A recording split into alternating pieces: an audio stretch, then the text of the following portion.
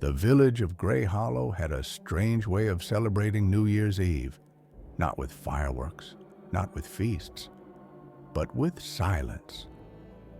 Each December 31st, as midnight approached, every villager locked their doors, shuttered their windows, and stuffed cloth into every crack where sound might escape. Even the church bell was wrapped in thick rope so it wouldn't ring accidentally. Only the children dared whisper about the reason. They said that long ago, before the village existed, there was just forest. And in the forest lived something that listened. No one knew what it was, only that it hated noise. But children talk, and adults pretend not to hear. This year, Emma Hartley wasn't planning on joining the silence. She had returned to Gray Hollow after 20 years in the city, still bitter, still carrying her mother's old house keys and too many painful memories. Her mother had always kept the silence ritual strictly, stuffing towels under doors, covering clocks, turning off every device. Emma always thought it was nonsense. Ritual, folklore, fear dressed as tradition. When she arrived in the house, she found it exactly as her mother had left it, quiet, cold, and smelling faintly of pine and dust. But there was one thing she'd never seen before, a note pinned to the inside of the front door. If you hear the bells, do not answer them. No signature, no explanation. Emma scoffed. Small-town theatrics, she muttered to the empty room. Around 11:40 p.m., a storm rolled in, the kind where snow falls sideways and the wind claws at the windows like an impatient guest. Emma made tea, wrapped herself in a blanket, and tried to convince herself she didn't care about time or traditions. But as the minutes crawled closer to midnight, the air in the house grew heavy. The kind of heavy that presses on your chest and makes every breath sound too loud. The lights flickered. Something tapped against the window. Once, twice, slowly. Emma exhaled sharply.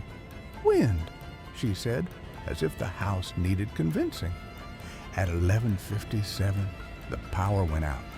Total darkness. She fumbled for her phone, but before she could turn on the flashlight, she heard it. Ding! A bell.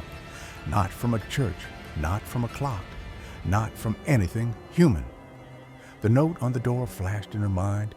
If you hear the bells, do not answer them. The sound came again, only this time closer. Ding, ding, and then a voice. Soft, melodic, childlike. "Emma, we've been waiting." Her blood froze. "Open the door. It's New Year's." Emma backed away, bumping into a table. The sound seemed impossibly loud in the silent room. The bells chimed again. 3 notes, rising as if the thing outside was becoming impatient. She held her breath. Then the door handle twitched. Something on the other side exhaled, a slow, foggy breath that slid under the door like cold mist. "We brought your mother home." Emma's hands shook. Her mother had been dead for 2 years. No, impossible. But then, knock, knock, knock, not frantic, not angry, just rhythmic, like someone knocking to the beat of a song she didn't know.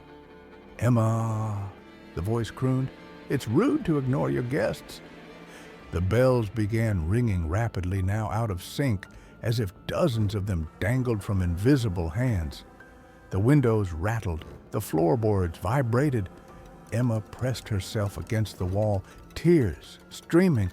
"Go away," she whispered.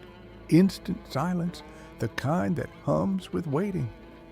Then the voice said, colder now, "If you will not open the door, we will open it for you." The latch clicked. The door began to creak open, slow, trembling, as if the wood itself feared what stood outside. A sliver of night appeared. A shape stood there, tall, thin, dripping with snow that didn't melt. Its head was covered with small silver bells, each one trembling despite the still air. The bells faced inward, not outward, like they were listening instead of ringing. The figure leaned forward. The bells tilted.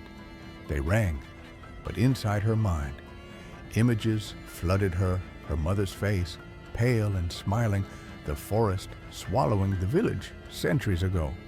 Villagers dragged into the snow by things that hated sound, the price of every year's safety.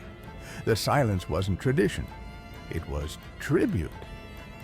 The creature stepped inside. Emma had no time to scream. The bells clanged once, a deafening final sound, and the door slammed shut. In the morning, the villagers found her house still sealed. No footprints in the fresh snow, no sign of a struggle. Only one thing was different. The church bell, wrapped in rope the night before, was ringing faintly, as if something inside the bell was trying to get out. And from then on, every New Year's Eve, when the storm begins and the air turns heavy, the villagers double-check their doors, because now there is more than one creature listening in the silence.